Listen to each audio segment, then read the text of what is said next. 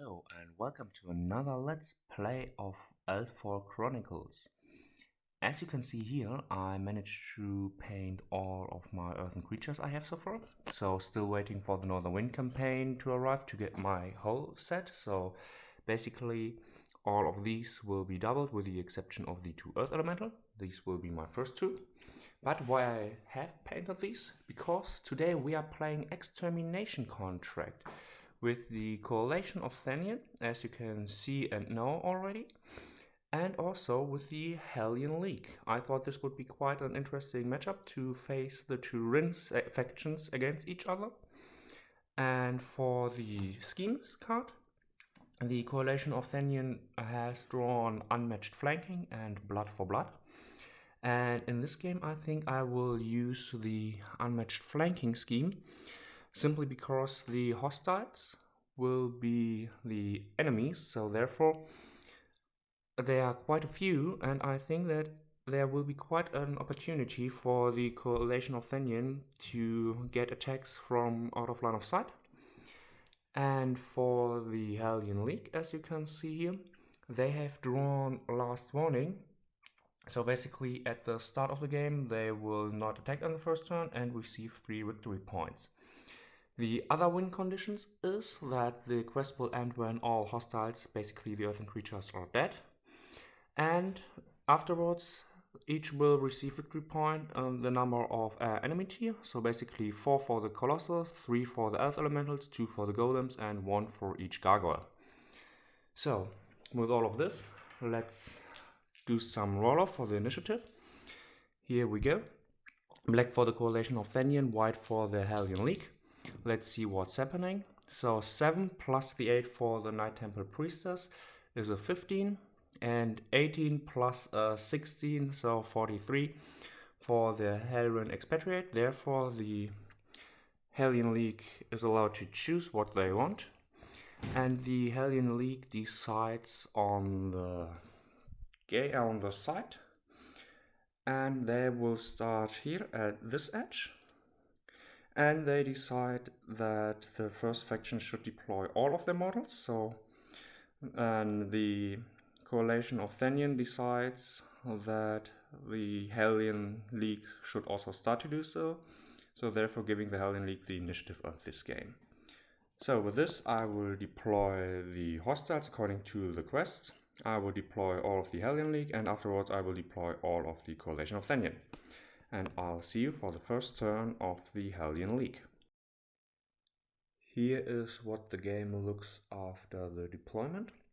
As I mentioned earlier, the hostiles are placed in accordance to the quest, and both the Helion League and the Coalition of Thenion have taken up position at the respective edges, close to the golems, and far away from the gargoyle up here and down here, and in the back of each earth elemental. And the Colossus face to the deployment zone of the faction with the priority, so basically the Helion League. And with all this set, let's get right into it. As you can see here, they are quite close to the golem, and here we can see, yes, I'm using an actually ruler, about 3 inches, and once again about 3 inches. So with this set, let's start. And I think I will start with his Artificer ability in the strategic phase. And he will use it to cast onto himself the Melting Touch ability, because he has the Adept Shaper, so therefore Art of Enchantment 2. Now he's ignoring armor, and he will basically start by getting within one inch. Therefore he will cause the engage state at the golem. The golem on its side will react by using a confrontation, because he will try to attack. Sorry, I have to correct, the golem will not attack by himself because he has a reach of 0. Therefore he will try to use a dodge action. So 1 die for the golem to dodge, And the Helion Expatriate has 2 dice for her sword. The Golem has an agility of 6, therefore 6 or less to dodge. With a 17, it failed to do so. The Helion Expatriate has an offense of 13, here it is, so 13 or less to hit. It's an 11 and a 12, as you can hopefully see here. Therefore both hits. Nevertheless, the Golem gets into contact with the Helion Expatriate. And now the Helion Expatriate needs a 12 or less to wound. With a 2 and a 13, he managed to put 1 wound at the Golem. And now, since the Flame Shaper has a line of sight to the Golem and the Helion Expatriate managed to do a wound, the Flame Shaper is allowed to make an attack with one of her weapons, or in this case it's the flare attack. Since it's a chain attack, only 1 die, and she's definitely within 12 inches of another soldier, so therefore she gets for the Helion companion of Helion herself and another model, therefore +2 on her intelligence, total of 14 or less to hit. It's a roll of 19 and therefore no hit. But let me just check if the Melting Touch ability confers also the burn. Yes, it is the burn 1 quality, and with the burn 1 ability, the Helion Expatriate is allowed to try another wound roll with the same toughness and ignoring armor, therefore another roll 12 or less to wound. It's a 9. I will just double check the construct trait. Let me see. Construct is you cannot be affected by surprise attacks, dagger, vampirism, mind game. Cannot be affected by charm or toxin, panic, bleeding, poison, weaken, confusion. The regain hit points, will not regain it. HP from spells or skill without the earth elemental. Okay, it is not immune against the burn quality. Therefore, with this, the burn quality of the Helion Expatriate causes another wound at the Golem. And with this, the Golem has already taken 2 of 3 wounds. And now the Golem has a defense of 13. The Helion Expatriate has an offense of 13. I think the Helion Expatriate will risk it. Therefore, this time the Golem will react by declaring an attack on itself. The Golem has a black die, the Helion Expatriate has the 2 white die, 13 each. It's a 4 for the Golem, the Helion Expatriate has a 5. I'm having difficulties to getting this in the focus for you guys. And a 13, as you can hopefully see here. So, 2 hits for the Helion Expatriate, who wins the confrontation. Once again, 12 or less because of Melting Touch. It's a 15 and a 16, therefore no wound. I will just double check the chain attack. Can be used once per activation sequence. Since this is a new activation sequence, the Flame Shaper is once again allowed. 14 or less to hit. This time it's 14 exactly.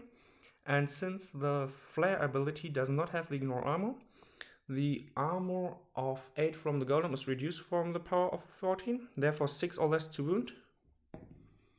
It's a 15, the Golem is still standing. So now the Golem is out of activations. The Citadel Guard will activate. She will also get into close combat with the Golem. And she will also attack. Since she is attacking with her small bludgeon, it has a strike of stamina -1, therefore only 1 die. And with this 1 die, she needs a 12 or less, actually a 13 or less, because she's within 10 inches of another soldier. So 13 or less to hit the Golem. It is a 13, so therefore just enough to hit. The small bludgeon has the armor piercing ability, therefore the armor of the Golem is reduced to 4 or half to 4.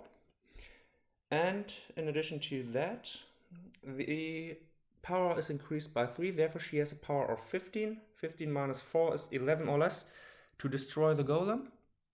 And it's a roll of 6.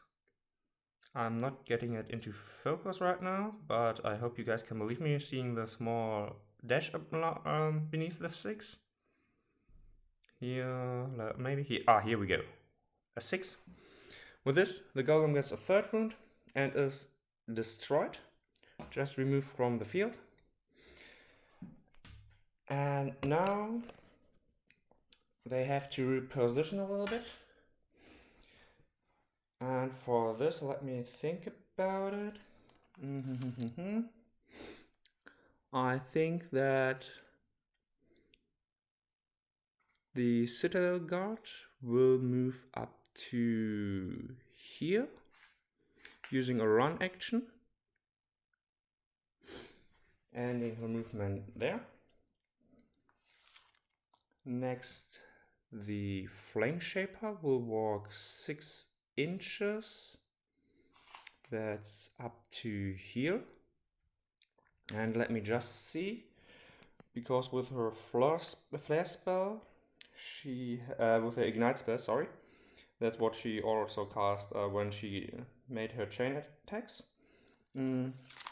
She has a reach of 16 inches.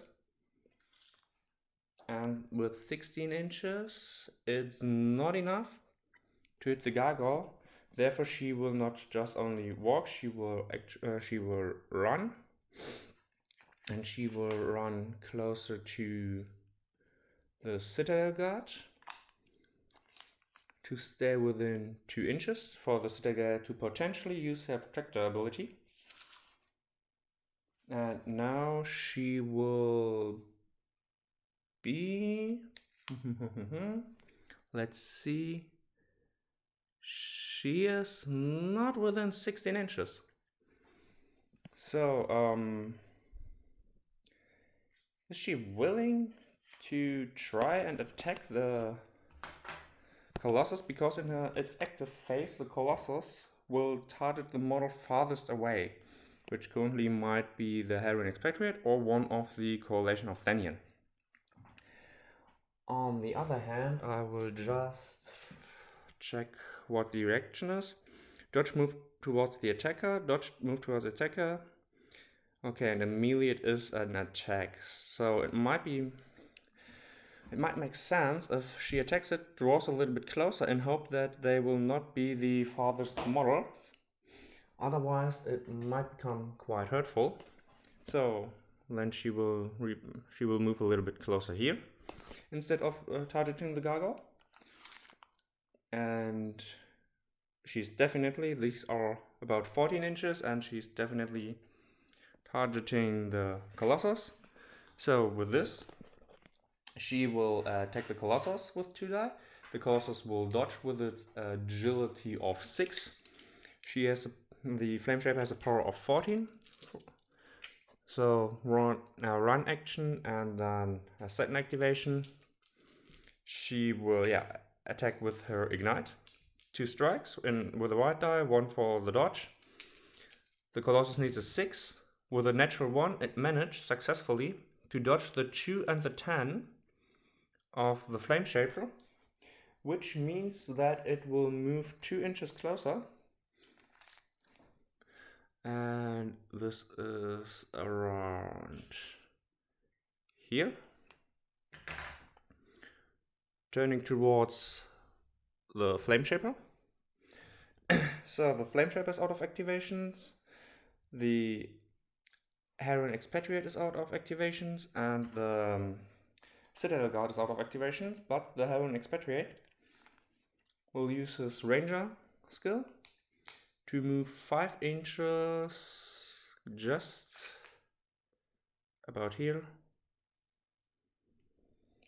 to reposition a little bit closer to the Colossus, just as I said, and hope that these, the Coalition of Thenion, will be further away. So, 1 golem down, and I'll see you at the first turn of the Coalition of Thenion. So, the Coalition of Thenion starts in the strategic phase with the Nighttime Priestess taking on the flight, therefore avoiding all of close combat and is only endangered by the Helion League and also the Earth Elementals. But since she's far outside of the 16 inches, she will be fine so far, because this Earth Elemental has only its back turned to it. And also I decided to use the normal rulers because it's far easier for me to place them down and let you guys actually see each inches. So with that all being said, the Night Temple Priestess will start also the first activation, and she will use her Enchanter class to, after she moved for a few inches, staying in the air, to cast the Unrelenting Zeal at the Hunter's Guild Ranger, and she will immediately use her second activation to cast the Fiery Fever at the Slayer Dragoon. So, with this, I will start with the Ranger's Guild Hunter. In this way, he will go 2 inches down and 4 inches up to here. Let me just once again have a look. 4 inches is about here. Then he will reveal himself, and he will use the surprise skill he has at this moment to attack the Earth Elemental. The Earth Elemental, not in contact with him, will react by using a dodge action with its agility of 6. A natural 20 for the Earth Elemental. I should have switched the die around, but here we have a 10 and a 20. Therefore, it is 1 hit. Also, the Coalition of Thenion tries to get in this turn their unmatched flanking. That's why I put all the setup. So, it is 1 hit. I think the Earth Elemental's armor is also reduced in a surprise attack. So, therefore, let me just see if I can find it right here. Where it is. It is not here. First of all, let me see if he's even able to wound the Earth Elemental. With a roll of 5, he has a power of 16 minus the armor of 10. Therefore, he would need a 6 or less. And with this, he actually managed to wound the Earth Elemental. That's really surprising. I didn't expect that. I just wanted to hit him, because for every attack against an enemy within line of sight. Nevertheless, the Earth Elemental is allowed to dodge 2 inches closer towards the Ranger's Guild Hunter. So, next, the Slayer Dragoon will activate. And with her activation, she will declare a dash action. So we have about 3 inches here. 9 inches is up to here. She can do a merry-go-round towards the Earth Elemental and just stay here within 2 inches of the Earth Elemental. Now the Earth Elemental, once again outside of reach, will try to attack, to dodge, and the Slayer Dragoon, this time the Slayer Dragoon has the black die, will attack with the buffed offense of a total of 19.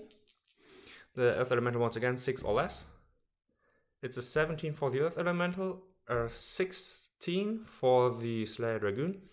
I believe even that since there are 2 or more enemies and its awareness of the Earth Elemental, it would have tried to cast Rooting Embrace, but the 17 is far above its intelligence skill, so just removing this activation token. So the Slayer Dragoon hits the Earth Elemental. The Earth Elemental would have dodged towards the contact with the Slayer Dragoon. The Slayer Dragoon pushed it 1 inch away. And now the Slayer Dragoon has a total power of 24 minus the armor of 10. Therefore 14 or less to wound. It's a 15, that is not enough. But without much flank, it was a second attack at the Earth Elemental. So therefore a second victory point. And now, just to not risk any damage, the Ranger's Guild Hunter, that's his name, will move 6 inches away attack the Earth Elemental in its back again. So with this, 3 victory points for the Coalition of Thenion. The Earth Elemental once again will try to dodge towards the Hunter. This time, once again, the black die for the Coalition of Thenion. 14 or less for the Hunter, and a 6 or less for the Earth Elemental. It managed to roll a 6, but the 3, since the Ranger skill Hunter is also an assassin, is a critical hit. Therefore, the critical hit managed to strike the Earth Elemental. The Earth Elemental now is in danger to receive a second wound. If the Ranger skill Hunter managed to roll a 16 or less, it's a 15. That is enough to put a second wound on the Earth Elemental. And the Earth Elemental, once again, 2 inches towards the Ranger skill Hunter. And now, just in the off chance to destroy the Earth Elemental, the Slayer Dragoon walks in. The Earth Elemental reacts with a dodge, because the Slayer Dragoon stays outside of the reach of the Earth Elemental. Black for the Coalition of Thenion, 19 for the Coalition versus the 6 of the Earth Elemental. 15 for the Earth Elemental, not enough, but the 7 is enough. Once again, 14 or less to wound, and in this case, it's a 20. Not enough to destroy the Earth Elemental. And the Earth Elemental will walk into, get pushed back, because it was hit by the knockback attack. I think it is. Knockback will activate if it is in a hit. I will just have to check the Slayer Dragoon card. Yeah, if a model suffers a hit with this trait. Okay, it's not in focus, but as you can see here, it is a short term. Yeah. Nevertheless, it's a hit, not a damage, a wound. So with this, the Earth Elemental is pushed back. Not as successful as the Helion League. The Helion League managed to destroy a golem, therefore receiving 2 victory points. While not destroying the Earth Elemental, the Coalition of Thenion managed to get 3 victory points for outmatched flanking. But now the Earthen Creature's turn will be, and let me just prepare it, and we will see how much destruction actually the Colossus might do for the first time in my Let's Play series. So I see you then. I did some reading on the trample ability of the Colossus, and in combination with its targeting the farthest enemy, the Helion Expatriate is 11 inches away from the Earth Elemental, but the Night Temple Priestess is 12 inches, therefore it would be the Night Temple Priestess. I read up on the Fly skill, which allows only to be not afflicted by targeted by melee attacks. The Trample is a special move ability, therefore the Night Temple Priestess is not safe in the flight set from the Colossus, but normally the Earth Elemental would spend its first activation going 8 inches up to here, not hitting anything. With this, most likely the Helion Expatriate would be out of the farther enemy.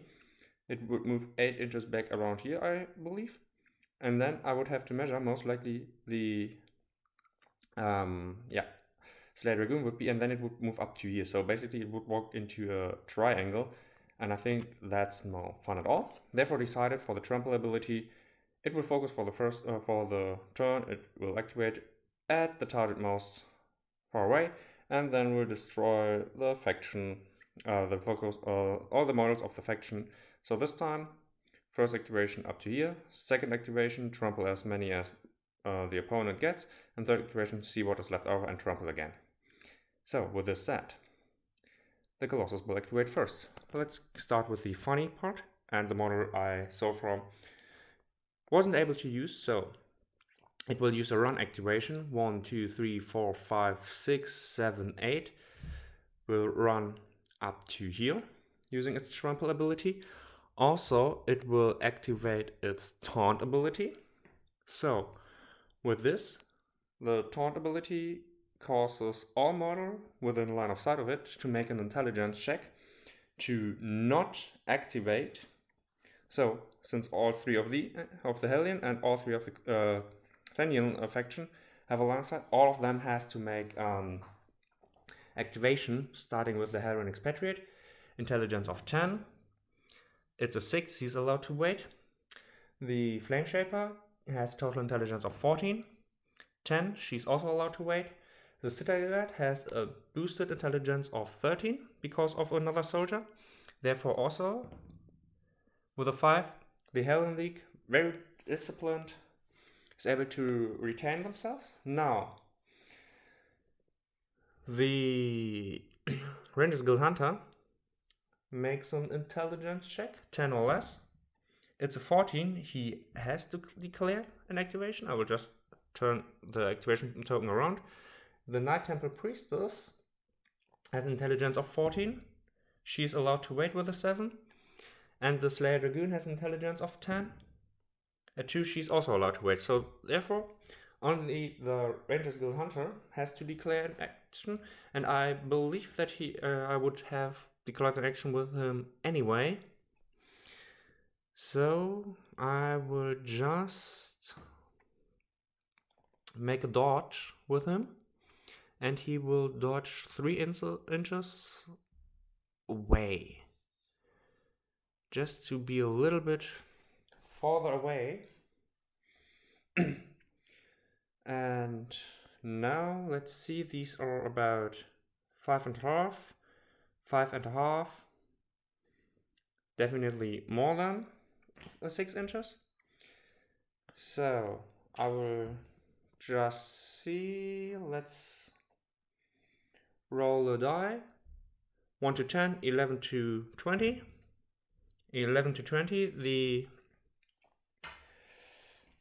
Colossus will focus on the Night Temple Priestess with this. Once again, it will activate, using its trample ability to trample basically over the Night Temple Priestess. So it is not allowed to stay in touch, but it is allowed to touch the silhouette, ending in contact as possible. So it will just go up to here. Now let's see who might decide. Since it stood there, all of these had once again line of sight. Helion Expatriate with a 5 is allowed to stay down. The Flame Shaper with a 5 is cool. The Citadel Guard, 13 or less, it's a 19. She has to make an activation, and she will just do a dodge 2 inches up to here, to be also within 2 inches of the whole party. Has spent one of her activation points. The Night Temple Priestess, 14 or less. She might wait for her Foresight ability. The Rangers Guild Hunter with a 2 is allowed to stay down. And the Slayer Dragoon with a 10 is also allowed to stay down. So far, all of them have been quite disciplined. So, using her Foresight, she will wait what the trample of the Colossus will do. Power 17. The Night Temple Priestess has an armor of 2, therefore 15 or less with a knock down or knock back. Let me just double check. The trample has the knock down trait. So, and I will decide, since I am too lazy to look it up, that a flying creature with a affected by knockdown will be prone. So, but a 20 is not enough. And actually this time I have to look up knockdown, because I'm not sure if the knockdown is with a hit or if it is with the wound. So stay with me. Knockdown. A model that suffers a hit with this trait becomes crouched. So therefore she will use her dodge activation to try to stay in the air. With a 19 she failed. So she failed. She's not wounded, but instead of flying, this will be replaced with the crouch state. And now they are in contact with each other, so they are in engaged state both.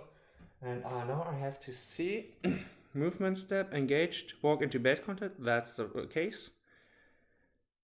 And line of sight within 6 inches, use taunt, then walk, stop 1 inch away. Yeah, engage state. Yeah, that might be quite dangerous for the Night Temple Priestess, because now enemy within 1 inch melee attack with hack and thrash. If there's more than one enemy, favor the one with lower agility. So the Night Temple Priestess successfully, unintentionally, managed to attract the attention of the Colossus. The Colossus now will activate for the 3rd time. Once again, the Night Temple Priestess will wait, using its taunt ability a 3rd time. So let's double check. I would say that this time the Citadel Guard cannot see it, therefore it doesn't have to do it. The Helion Expatriate with a 13 rolled above its intelligence score. It has to activate. So repositioning a little bit. The Flame Shaper with a 14 or less failed also. She will also dodge a little bit closer here, just to stay a little bit better protected. Let me just put them a little bit further away, so that they are each 2 inches within 2 inches, just in case that the Earth Elemental will attack.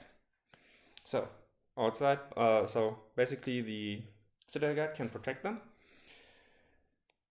The Hunter, with an 11, he failed, he has to activate 2. He will use it to dodge 3 inches up to here. That might be difficult for him to avoid the Gargoyle down here and down the line. The Slayer Dragoon with the 3 is disciplined. And the Night Temple Priestess, if she has to react, with the 3 she can decide after her foresight. So now the Hack and Thrash attack has a strike value of 2.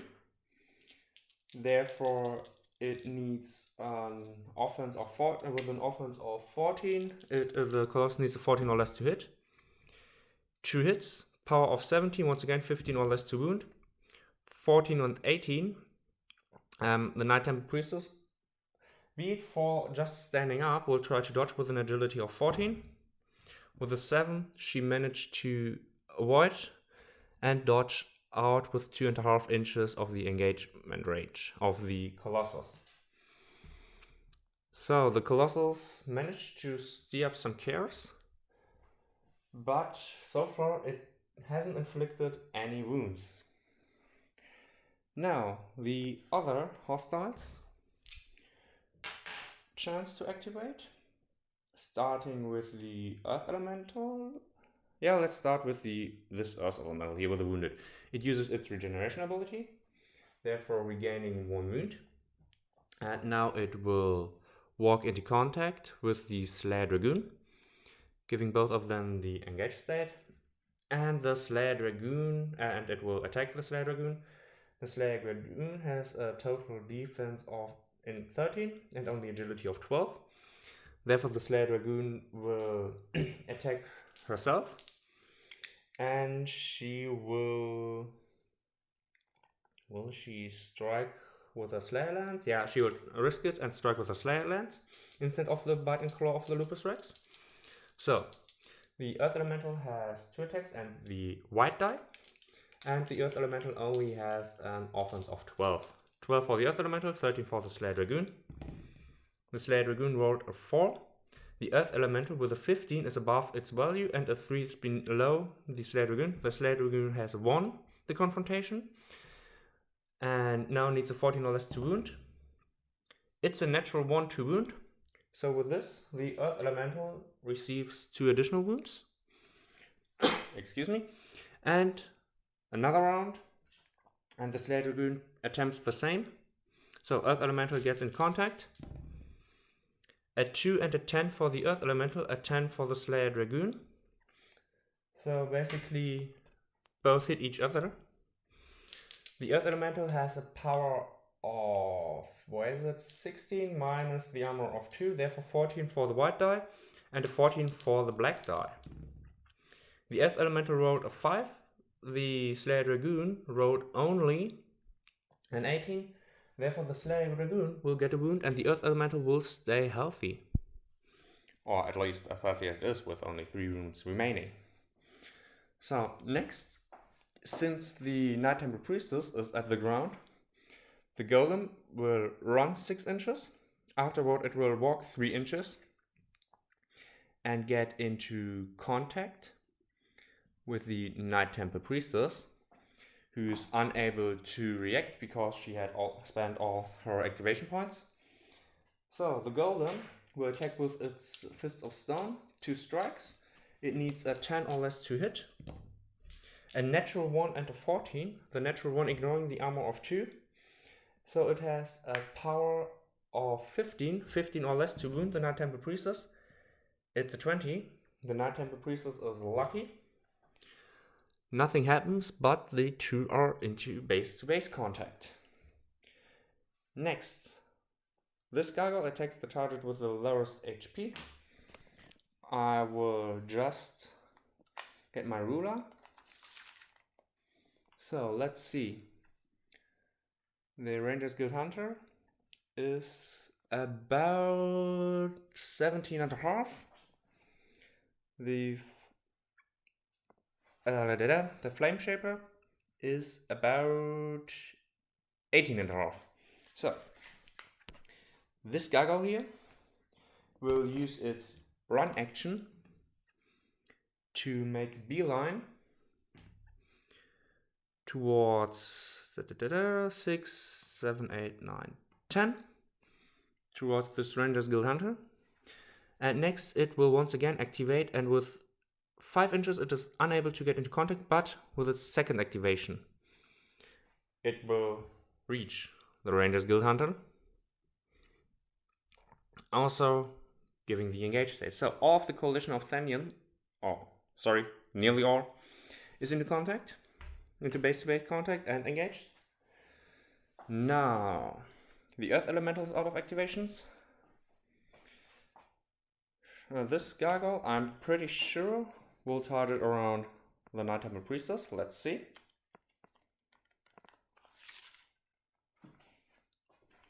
The Night Temple Priestess is about 22 inches. And yeah, the coalition of Thenion is far away from this.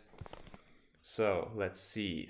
3 inches, 9 inches, 10 inches with its first activation. To the corner are about 6 inches, and the gargoyle will manage to end up around here. So the coalition of Thenion is quite in a pickle with this. And next, the Earth Elemental, who will target the closest enemy model. And if it's not within engage state, but within 5 inches, let's check about this. This is the case with the Citadel Guard. So it will walk up to the Citadel Guard, stay within 1 inch, which is its reach. The Citadel Guard has a reach of 0 with its small bludgeon, and also with a short sword. Therefore, it is unable to strike at the Earth Elemental. The Earth Elemental will attack the Citadel Guard, and the Citadel Guard will make a dodge just to get into contact with the Earth Elemental. The Earth Elemental using the black die, it has an offense of 12. The Citadel Guard has an agility of 10. I believe that is a stat that is not increased with the soldier skill. I will just double check it. Accuracy, intelligence, and moral, so therefore, including offense and defense, so therefore only 10. It's a 17, she failed to do so. The 15 misses, but the 4 is a hit. She dodges into contact. The 4 is hitting her. 15, fencing 1 minus 3, therefore offense of 9. And also since it's I have to redo that, alright. Because of Citadel Guard, I forgot her whole rules. So fencing, the Earth Elemental only has an offense of 9. The shield gives another -3, therefore it would be down to 6. And the Earth Elemental has to make an agility roll to see if it gets a second strike or only 1. With the 20 it gets only 1. So, I will re-roll this one die. The dodge will be still failed. But with the 11 it is not enough to hit the Citadel Guard, therefore the Citadel Guard is still standing, but nothing else happened. So next the Earth Elemental will attack again. Agility roll. With the 9 it fails to succeed, therefore it will only has 1 attack, needing a 6 or less to hit the Citadel Guard. With a natural 1 it will also ignore the armor, so the Citadel Guard will be affected by the knockdown and stagger. Knockdown will cause the Citadel Guard to be crouched, and then since it was a natural hit, natural 1, 16 or less to wound, it's an 11. The Citadel Guard will receive 1 wound token. So, with this, the Coalition of Thenion is quite besieged by the earthen creatures, and the Helion League took some damage of the Citadel Guard, but otherwise they are quite healthy. So, let's turn my marker die to the second round of the Helion League.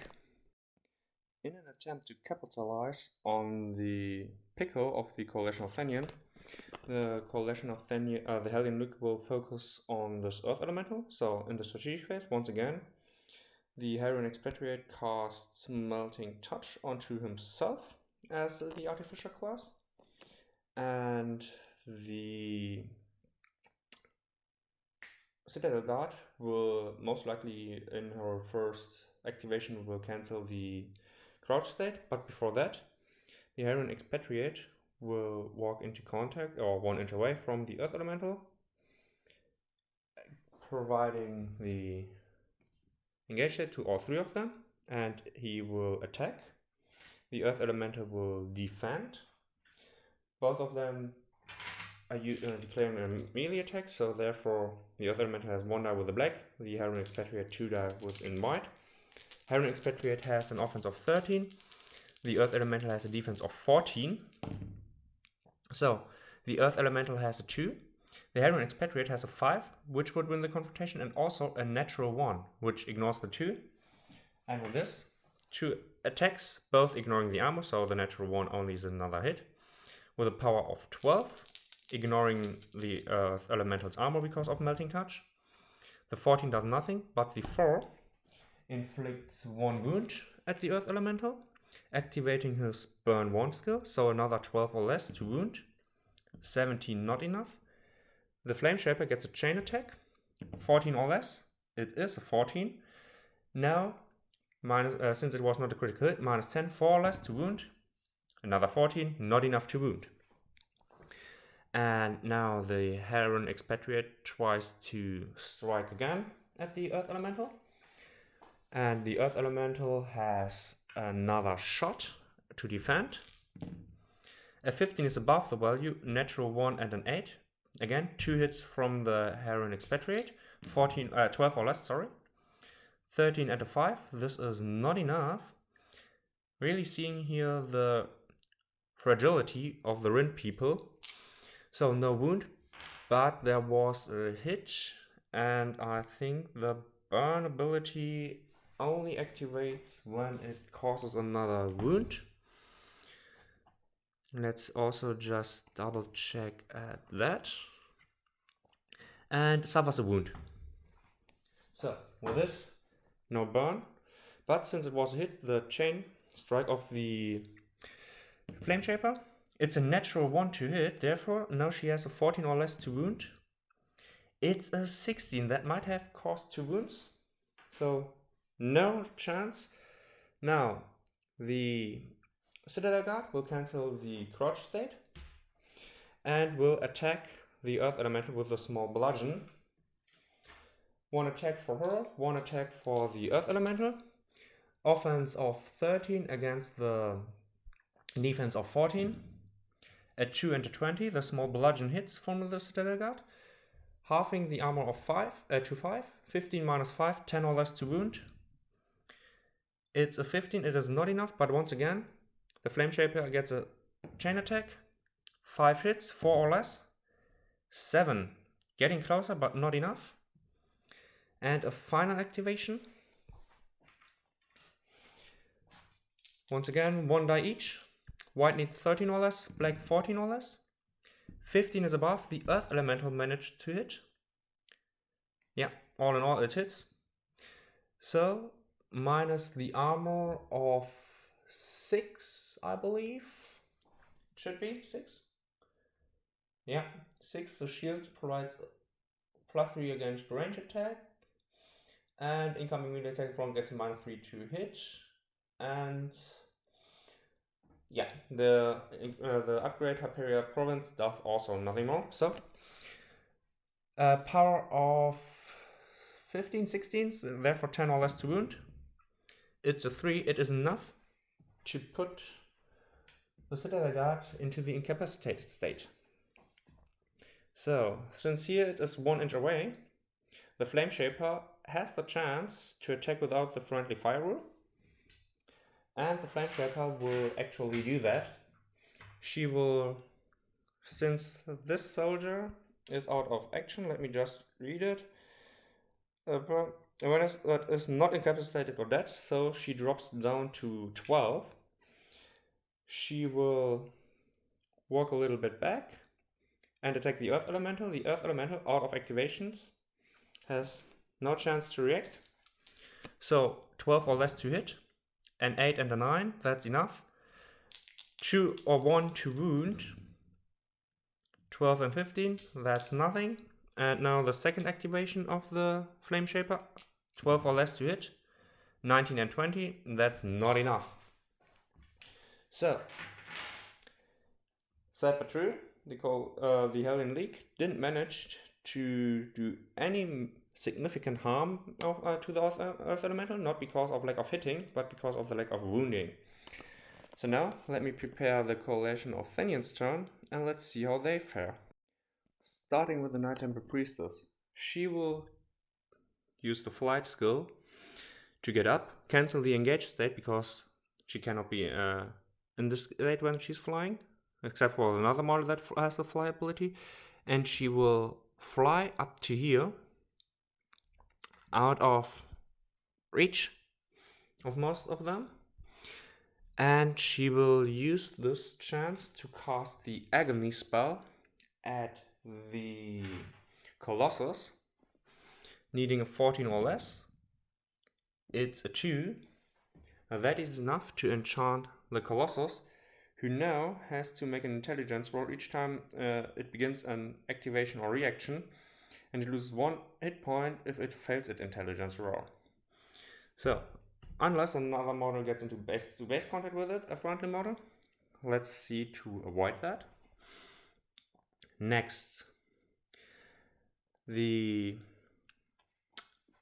Slayer Dragoon will activate, and she will attack the Earth Elemental. The Earth Elemental, on the other hand, will try to dodge. So the white die is for the Earth Elemental. It needs a 6. The Slayer Dragoon needs a 17. 17 for the Earth Elemental, 15 for the Slayer Dragoon. The Slayer Dragoon now needs a 14 or less to destroy the Earth Elemental. And with a roll of 11, it is enough to put this Earth Elemental down once and for all. So let me just clean this up.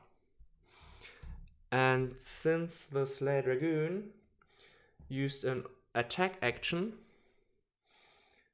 she can use the hit and run to move, I think, 9 inches away, hit and run. During its movement step, if this model may stay without any roll, if it declares an attack in its activation, it may perform a walk during the resolution phase. So, 9 inches to walk, which is enough to walk up to here, getting into 2 inches of this gargoyle, and immediately activating again, striking at the gargoyle. The gargoyle will react by dodging toward its assailant. So the gargoyle has an agility of 8. So the white die needs an 8 or less. The Slayer Dragoon rolls a 10. 19 is above the agility, it's a hit. The gargoyle has an armor value of 5, so 19 or less to destroy the gargoyle. It's a 4. This is a destroyed gargoyle and another victory point for the coalition of Thenion. So far, the coalition of Thenion has 3, 4, 7 victory points, while the Helion League has 2. So, far lead for the coalition. Once again, resolution phase is allowed to move up to 9 inches. The Slayer Dragoon will walk up to here, just to get a bit of a middle ground. The Rangers Guild Hunter, he has an offense of 13 and the gargoyle has only a defense of 8, so he will attempt to attack the gargoyle, who in turn will try to dodge. The gargoyle will always dodge in melee. So let's see.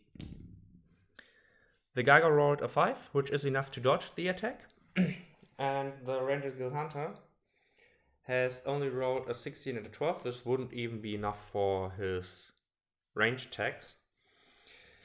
So now he tries the same procedure again. The gargoyle with the 2 dodges once again, even if the 4 and the 11 would have hit. This is quite a difficult gargoyle to pin down. And in the last attempt, the Nighttime Priestess reposition a little bit, and she will try to protect the Rangers Guild Hunter in an attempt to cast the Agony spell at the gargoyle. As 17 is above the intelligence of 14, and she has no more activation points or mana points left to spend to reroll this for her mage class. So this is the activation of the Coalition of Thenion. I'll prepare the hostiles and I'll see you in their turn. Once again, let's start with the funny part, the Colossus, and this time there's no debate that the Flame Shaper is the model farthest away.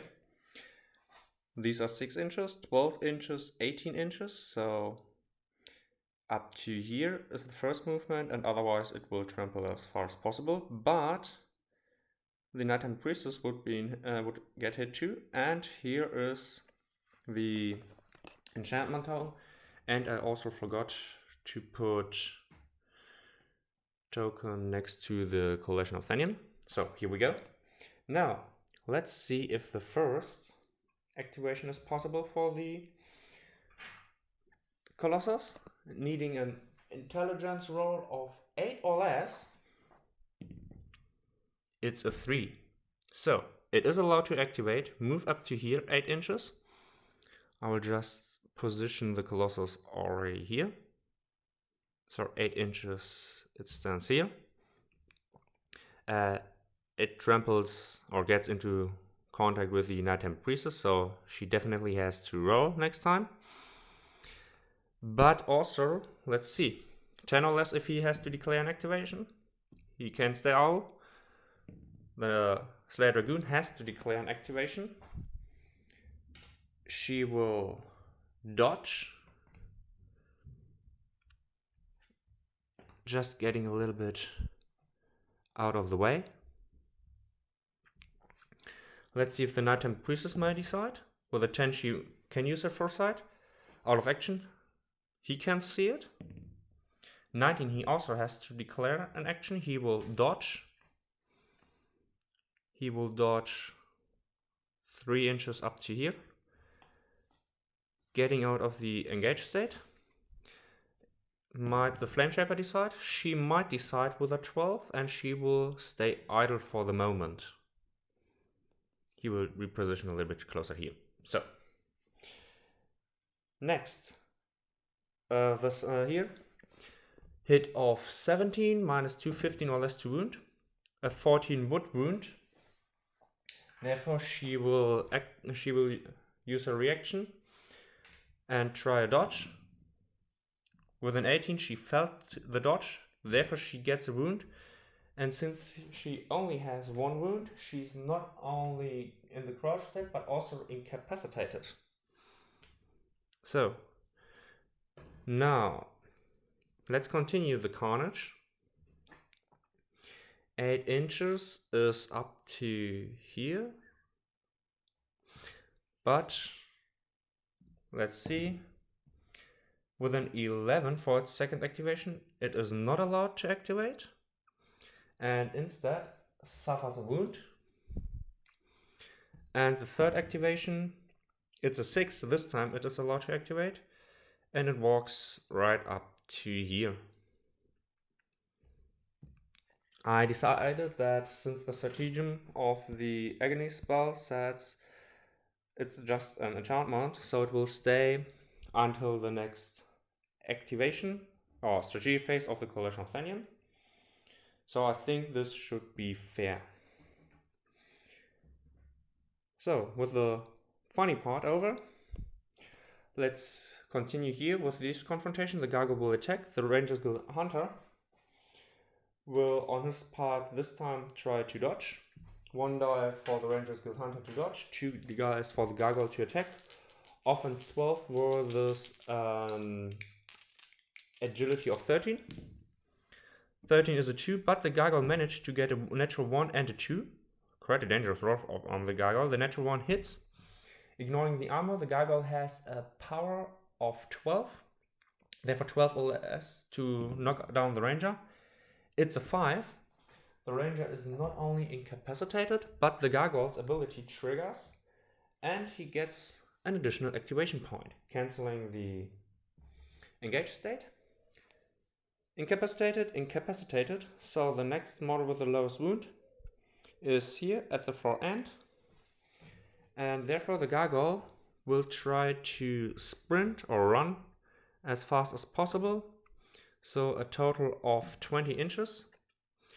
With 10 it gets up to 6, 7, 8, 9, 10, it gets up to here, and another 10 will be just behind the Earth Elemental.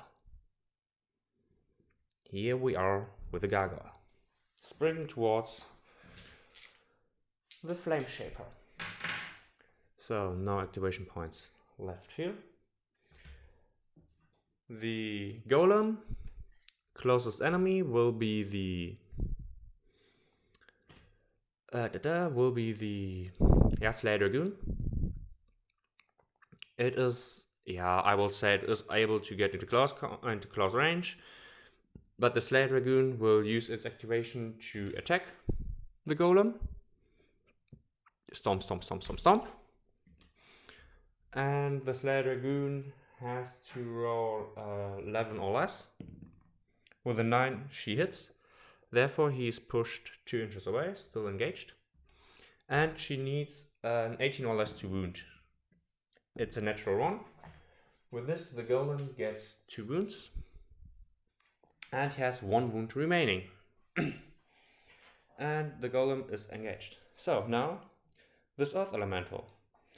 It will walk into contact with the Helion Expatriate and attack. He will use his 1 remaining action to attack the Earth Elemental in return. So the Earth Elemental has 2 strikes at offense 12, and the Helion Expatriate has 1 strike at defense of 13. Let's see what will happen. The 18 misses, and the 10 and the 12 is enough to hit 2 hits. Armor of 6, so therefore 10 or less to wound. A 1 and a 17, 1 wound at the Helion Expatriate. And the Earth Elemental will repeat this process, and also it will regenerate its lost wound from earlier. And since the Helion Expatriate has no chance to activate the Earth Elemental 12 or less unopposed, a 4 is sitting, 10 or less to wound.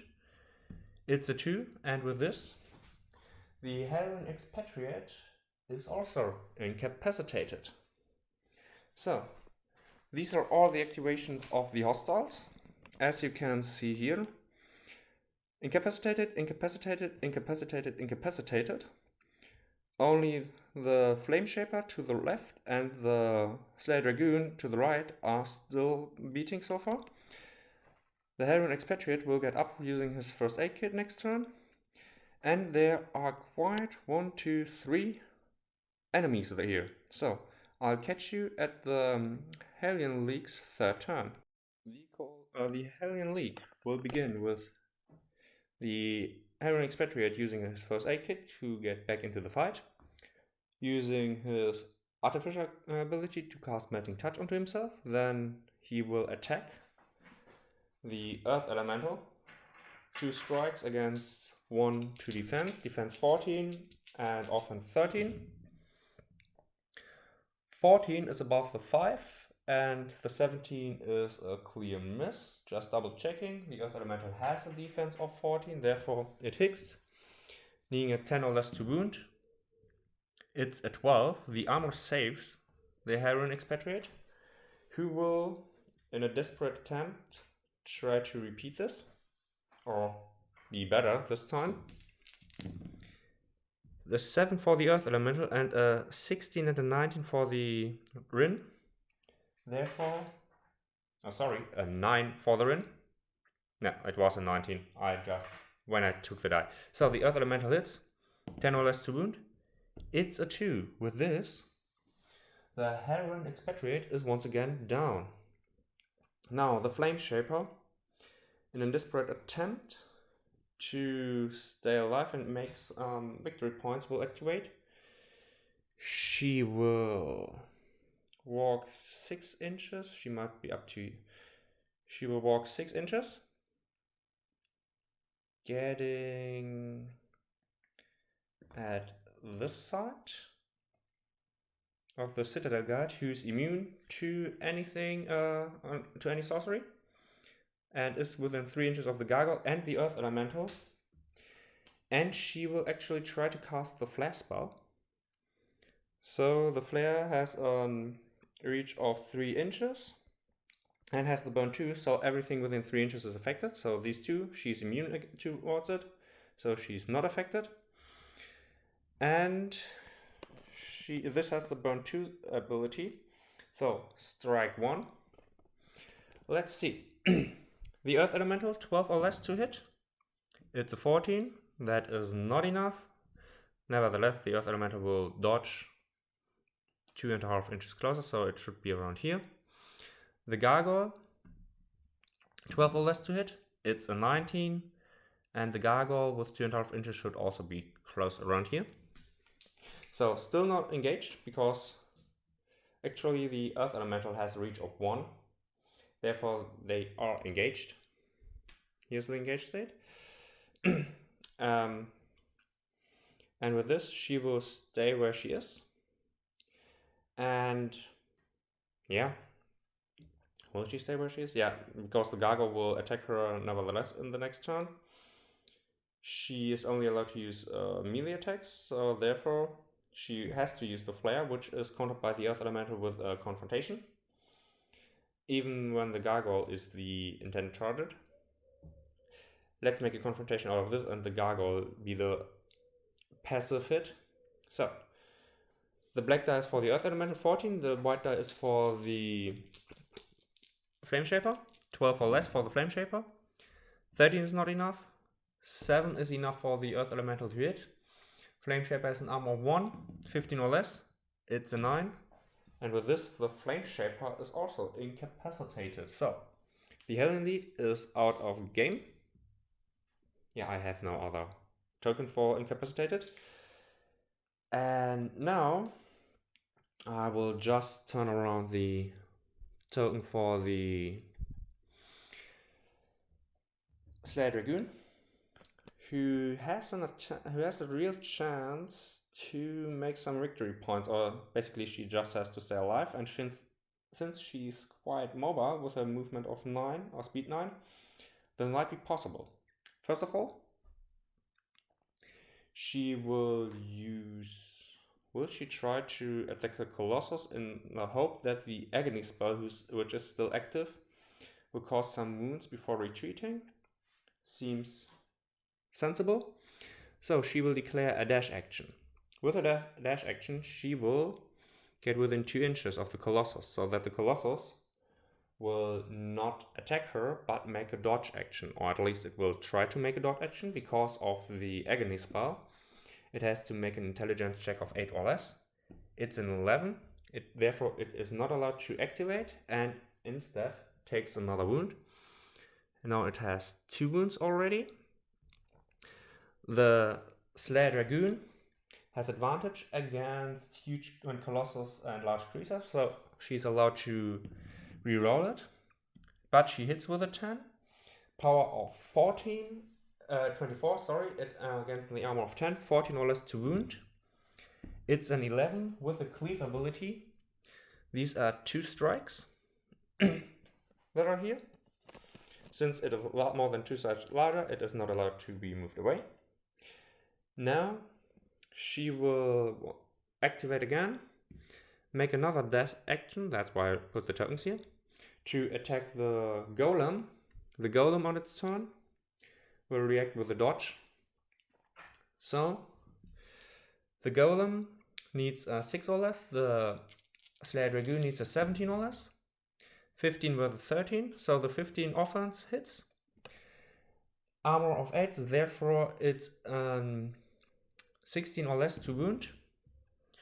And with a wound roll of 2, it is enough to put the golem down. And let me just clean up this hole.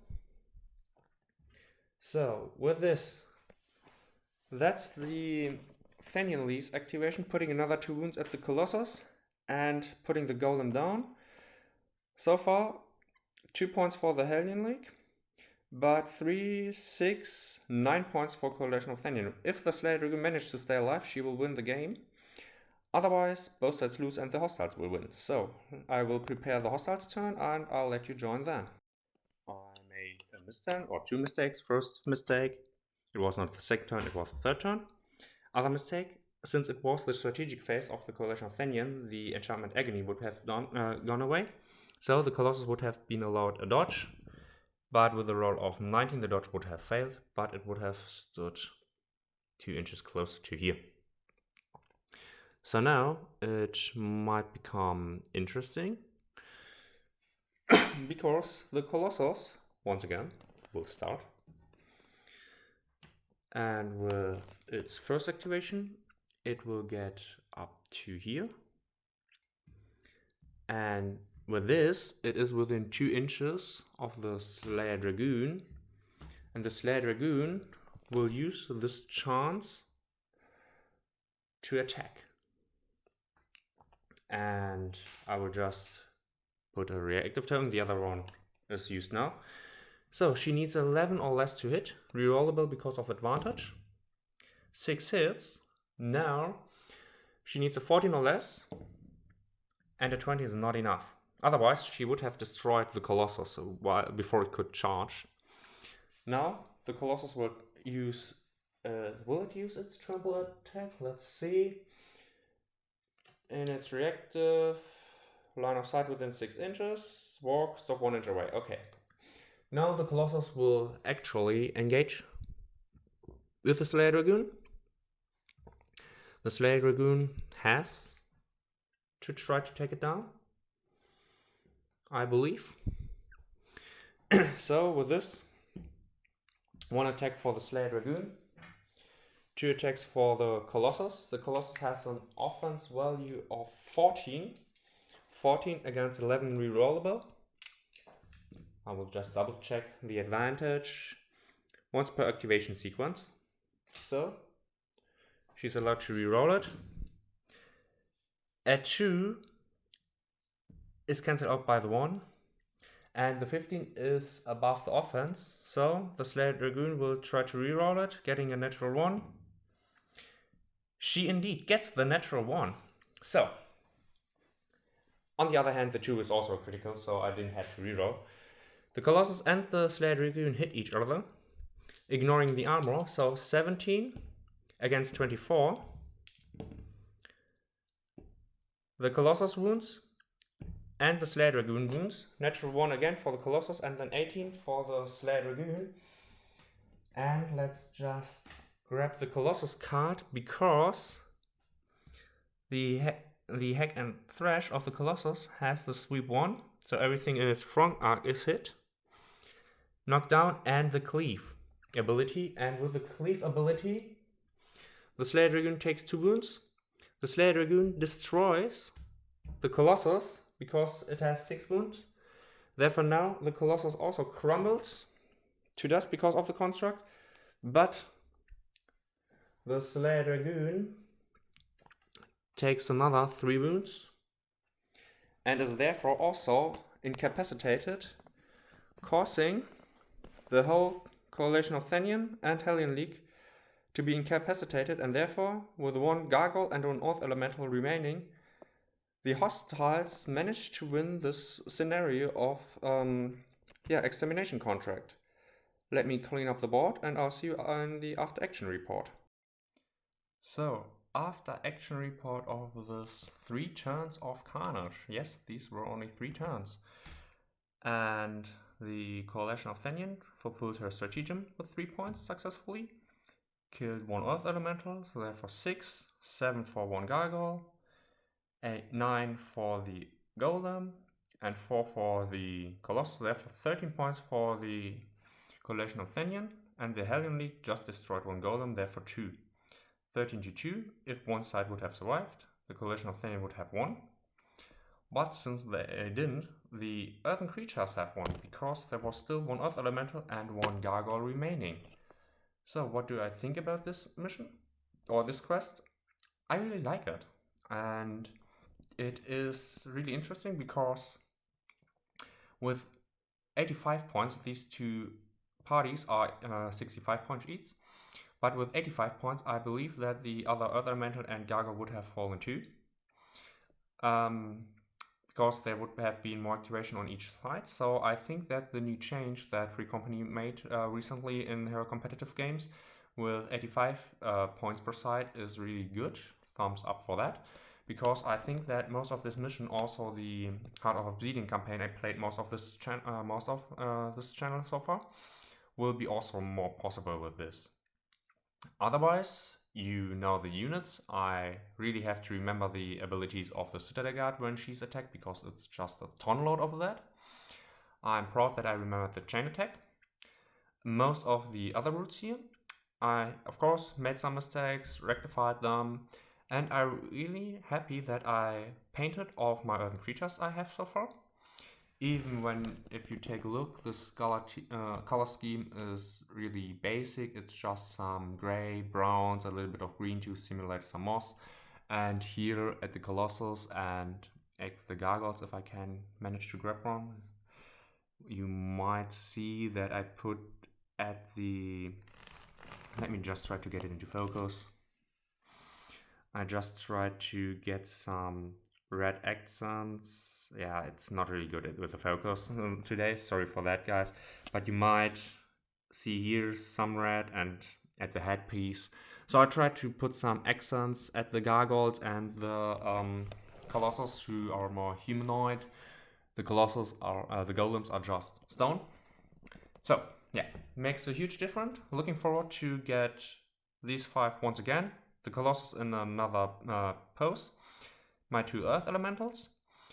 And also all of the other models of the Northern Wind campaign.